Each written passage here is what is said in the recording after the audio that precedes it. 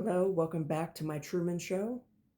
If you watched the last video, I left off on Nolan Wells, his friends that are hiding the truth, that went home without their friend, and his body was later found by like a fisherman or something like that. They've lawyered up. They're not talking because much like what's going out here in the Valley,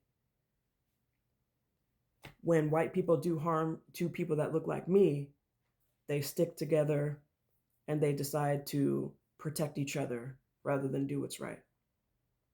And I hope by the end of this, whether it's my story or by the end of Nolan Wells' story, I hope that there are people that do right.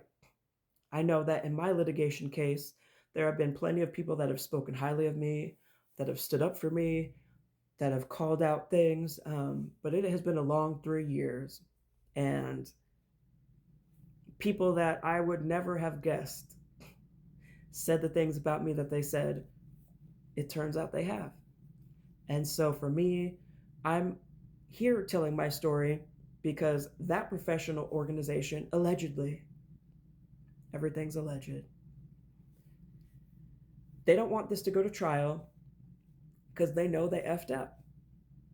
And they know people that were deposed perjured themselves. And the lies that were told about me are very, like, the evidence is there. The video footage shows what happened. And I also documented well.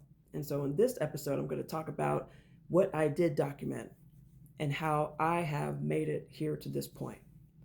So while I was working there, I could tell because people were rude and disgusting towards me and would exclude me from meetings. Even my own HR team that I worked on would also exclude me from certain meetings. And I would talk to my boss about what was going on, and she would just ignore it and tell me that it's my fault because I didn't do enough to get the people that mattered to like me. Wild. I guess we don't work in a professional workplace. But that is what she would say to me. So over the course of while I was working there, it went from being my dream job to a nightmare experience that I couldn't wait to get out of. But I documented everything. I saved emails, I printed emails, I saved my quarterly review, I saved my annual review, I printed those out as well. I started journaling because even I couldn't believe what was going on. And I'm not really someone who journals, but I started journaling because something told me I need to start documenting what is going on. And at first I wanted to document every day. And then it just got to the point where working there was so miserable.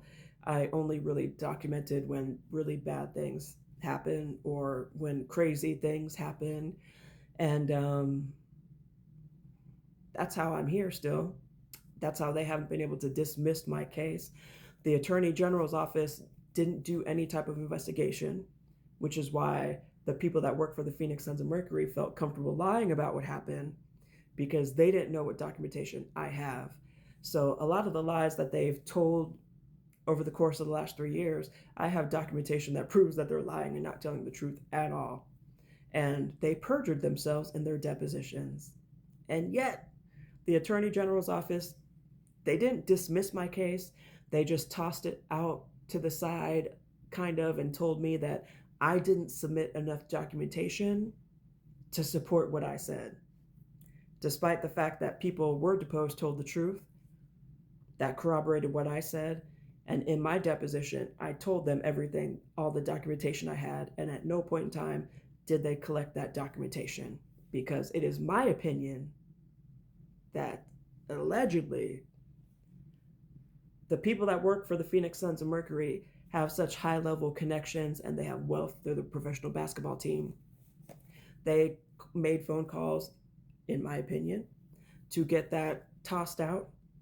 And these people celebrated when the AG's office kicked my case and said that I didn't submit enough documentation, but yet they didn't send me that until the statute of limitations was almost sent out, or the time had almost ran up. And I will talk more about that in the next video.